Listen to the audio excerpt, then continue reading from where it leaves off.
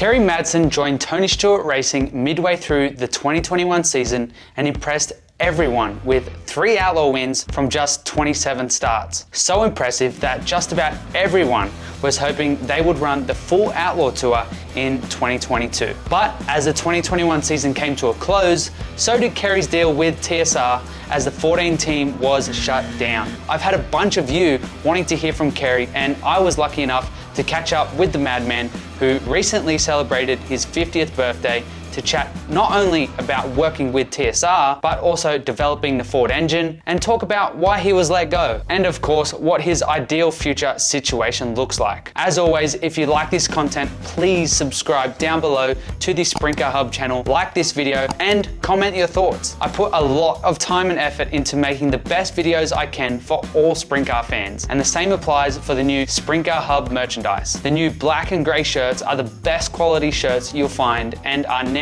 available on the website, with hats and more coming very soon. Jump onto sprintcarhub.com now to get 10% off when you sign up for free. All right, here's Kerry. Kerry Madsen, thanks for joining me, man, and thanks for coming on Sprint Car Hub. How have you been, and what have you been up to recently?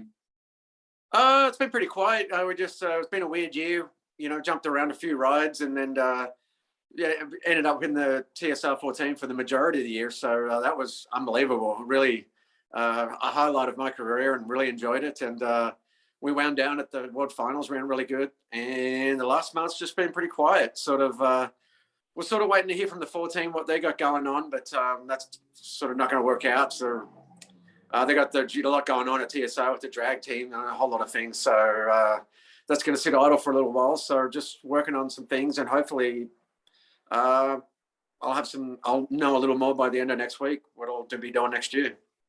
Yeah, sure. Not long before our chat, I read a story on, I think it was sprintcarandmidget.com, that the TSR 14 was shutting down. How and when did you find out that that was going to be no longer? Because you had such a great year. Pretty much after the World Finals. And I mean, it was always, my role there was sort of temporary anyway. So, I was under no illusion that that team was, that I even had a position there. But the thing was so fast, and with the Ford end, everything was so much fun that I sort of hung out and was sort of hoping that there might be something there. But with TSA, they got the drag team going on. They've got so much going on that the 14 was sort of the low man on the totem pole. But I still really hope Tony still goes out and runs the 14 a few times next year, because the car's so good, and with the Ford engine program, so that'd be good to see. But I don't know, I'm still excited. We had a good year, so I've got some options. I'll know a little more next week. Yeah. The story I read said that Tony wanted to park the car and focus on other things, and it made me wonder, how involved is Tony with the 14 team? Well, everything he touches seems to send to gold. He's definitely extremely talented at putting race teams together. He definitely knows how to put right people in the right places, and I'm sure the drag team's going to be a success.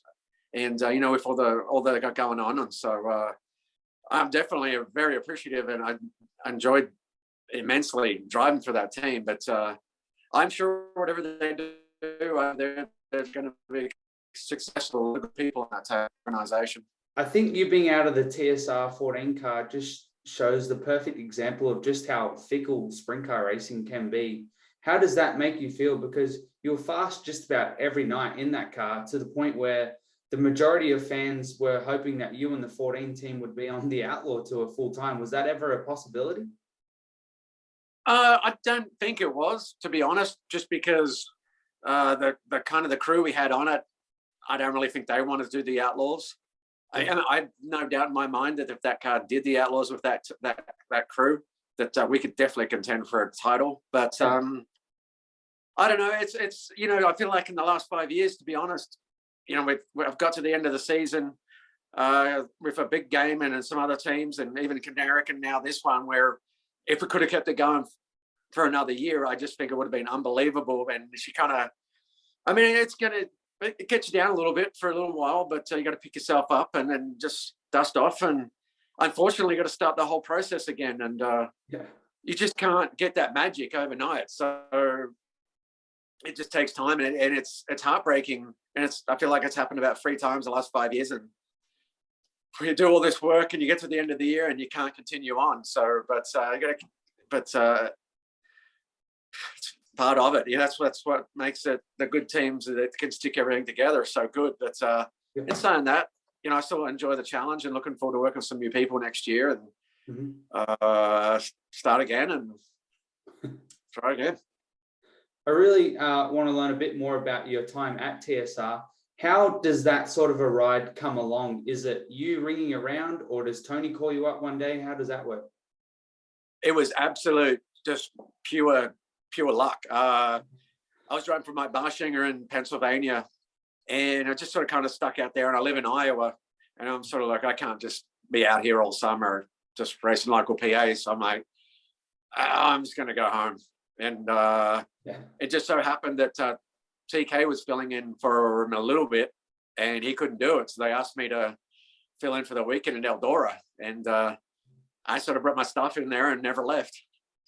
So, but it was still always week by week. But it was just, I don't know, such a professional organization, and to get to work with Ricky Warner for a year, that was a highlight. So it was just pure luck. There was no grand plan or anything. Ricky just happened to call me one day. Hey, you want to fill in? Hey, you want to fill in for weekend, bud? And I'm like, hell yeah. And I'm like, we did a couple of weeks, and I'm like, hey, I'll just do whatever you want to do. I said, if Tony wants to race, I'll come scrape mud. But I'm definitely just fill in for whatever I can get. Yeah, I'll take whatever I can get. That's and the Ford thing was so much fun too. Working with Ron Shaver and Ford and just everybody, unbelievable. That was my next question. Obviously, TSR has been campaigning the Ford sprint car engine for the past few years, and even in the story I read yesterday, the engine is still being fine-tuned. But I want to know, you're one of just a handful of drivers that have raced with the Ford engine under the hood. What is that like, and what are the differences between that and the common Chev-based design, and maybe how you describe how you had to drive it differently to make it work? Well, I feel like for me, the Ford thing actually suited my style, and coming from that type of engine, so I really didn't notice much at all. And a couple of times we went tested earlier in the year, and I feel like we just actually got the way I liked it with the settings they were using, and I mean, I just fell in love with the things from day one. In saying that, there's still like a development piece. I mean, you're always working on things. You're always trying to get better. So, but there was so many variations. Almost every week you had a different sort of spec of the engine. Wow. And but about every one of them I really liked, and there was a couple that I was really impressed with. I mean, if it were up to me, I would have just ordered 5 of that iteration right there.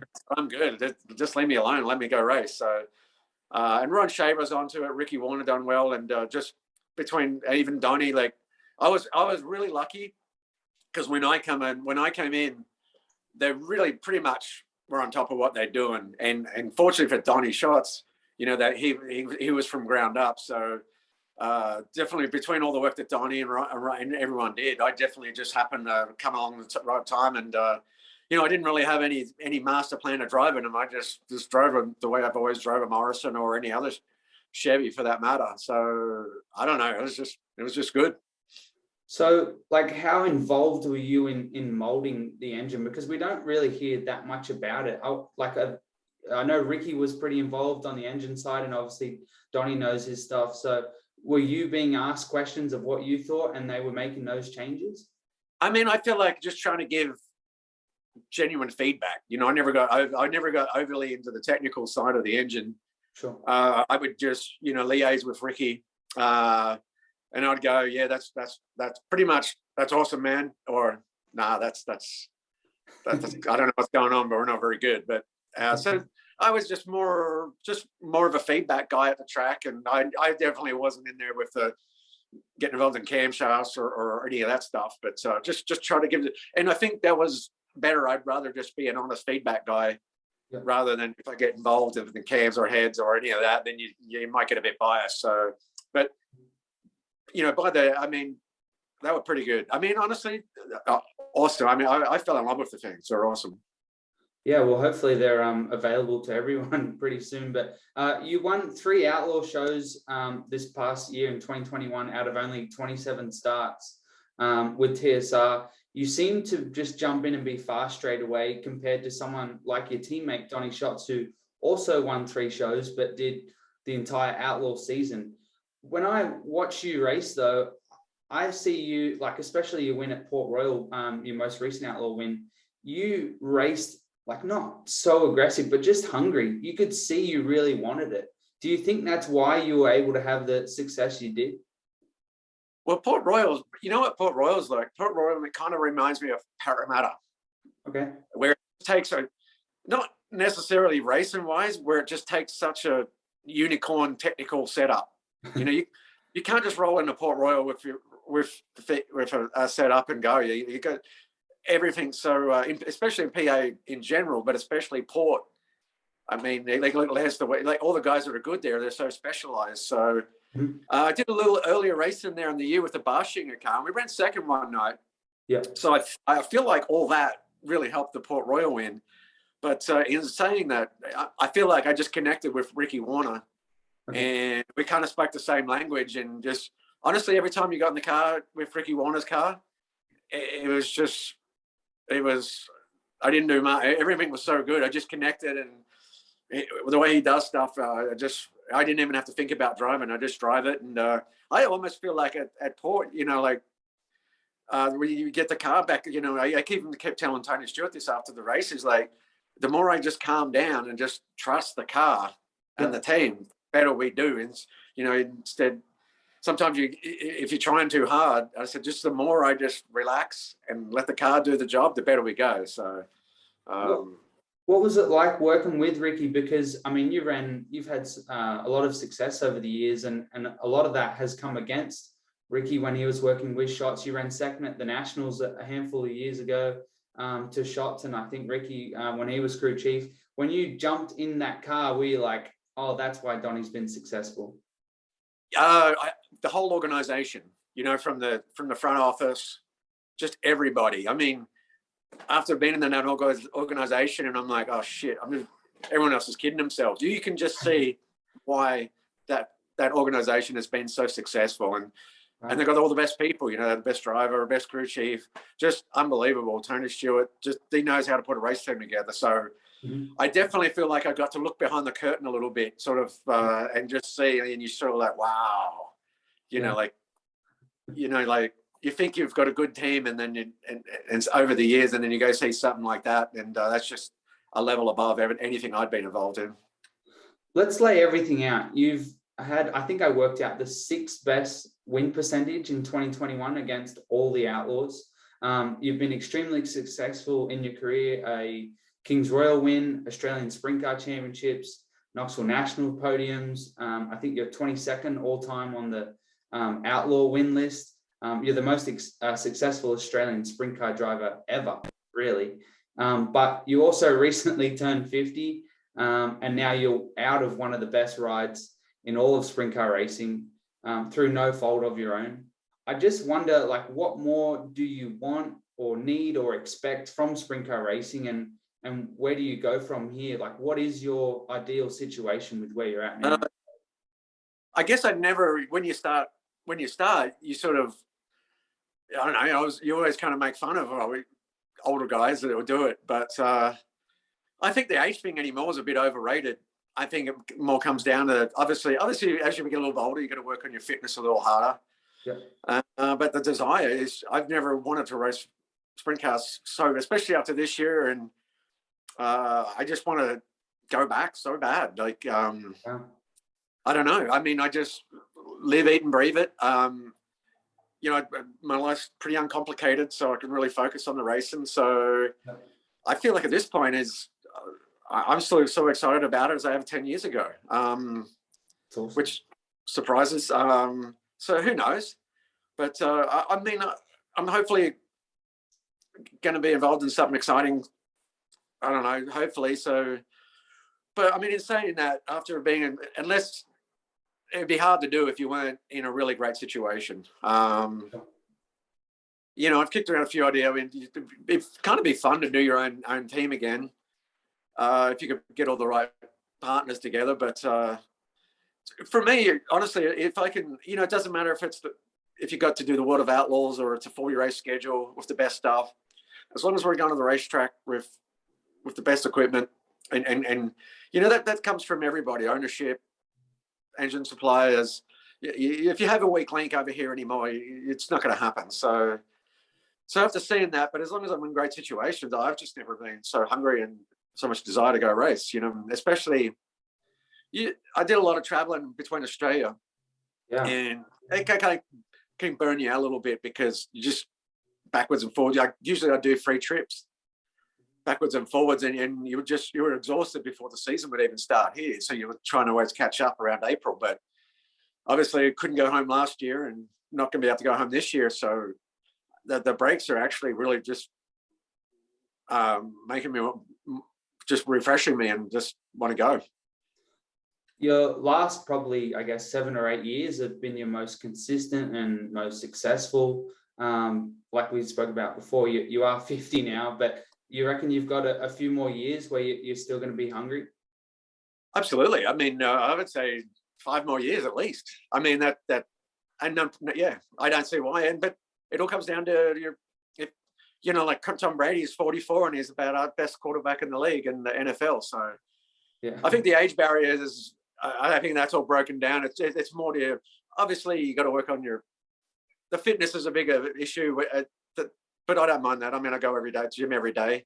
Yeah. It's just desire. I mean, at the end of the day, sprint car racing's tough, and there's more bad nights than there is good nights, to be honest. Everyone knows that. So as long as they got that desire and the hunger to keep going, why wouldn't you? Couple more questions. I haven't heard from your brother in a little bit. I had him on earlier in the year, but what's he doing, and how close are you guys when you're both looking for rides? I mean, I talk to him a lot. He lives in Des Moines, which is an hour away. So, okay. I mean, obviously I don't get to see him every day, but he sounds pretty upbeat. And I'm not sure on his plans, but it sounds like he's putting something together to come down and race in Australia. So I think he's pretty excited to go back home for a little bit and do some racing. And, he's had a tough year and been bounced around by a few people. So I know I'm looking forward to him going down there and hopefully getting some good results and getting fired back up to have a great season over here next year. You were in one of the best rides over here. So what about yourself? I know you haven't been able to come back for a couple of years now, but you were with Cricky Motorsport. Is that something that you stay in contact with those guys? Do you think you'd be able to go back to that? Yeah, absolutely. It's just, unfortunately, I mean, you guys know more about the COVID lockdown laws in Australia than I do, but, being they're a WA team, they're kind of stuck there. So yeah. It's not really, I'm not really interested in going to a WA in quarantine for 2 weeks to do a couple of races. I mean, it's just, sure. I'd rather, if it can't be a proper deal, what's the point? And you've got Damien Kingshot filling in over there, so that's really working out great for them guys. But yeah. I mean, it's sprint car racing, who knows? But definitely right now's intention is when we can go race, we're going racing again.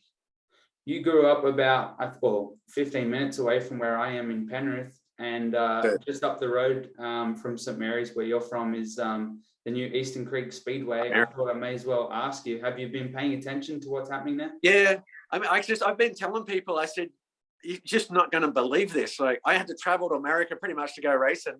Yeah. And I'm like, they just got this unbelievable new speedway 10 minutes from where I grew up. Yeah. And what kind of sucks is my dad had his house in St Mary's and he sold that and moved away. So I'm like, I just can't believe it that's all happening 10 minutes away from where I'm at. Now I'm over here. But I think it's fantastic. I'm so excited for sprint car racing in Australia. Mm-hmm. And especially I think it's great for the area. It's just going to be better for everybody, spectators. Mm-hmm. I'm just so excited. I mean, it's not going to be perfect overnight, but sure. I mean, wow, how awesome is that? I mean, I can't believe it. I'm excited to go. I mean, I'm excited to get down to the area and go race at that track and just be in the area again. It's meant to open pretty soon, but last question. You had so much success at Parramatta or Valvoline Raceway.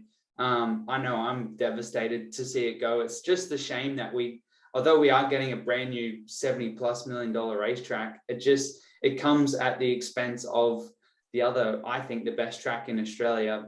You had so much success there and grew up there too. What are your thoughts on losing Parramatta? It's just life, isn't it? I was thinking, thoughts would go from my head. I was like, the last time I raced there, I'm like, shit, I wish I knew that was the last time I raced here. Yeah. Like I said, it's a unique track. So then there's a whole 20 years worth of work and setups. Pretty much you can throw that out the door. Yeah. But in saying that, like, nothing lasts forever. Very special to me, obviously. A lot of people. But we all kind of knew this was coming. It probably lasted longer than what anyone really expected. So in some way, I mean, it's sad and it's good. It would have been nice if we could have had like a bit of a last hurrah there, but yeah, such is life. I don't know. It's just exciting. We got the new one, and what do you do? I mean, you got to move on. I don't know.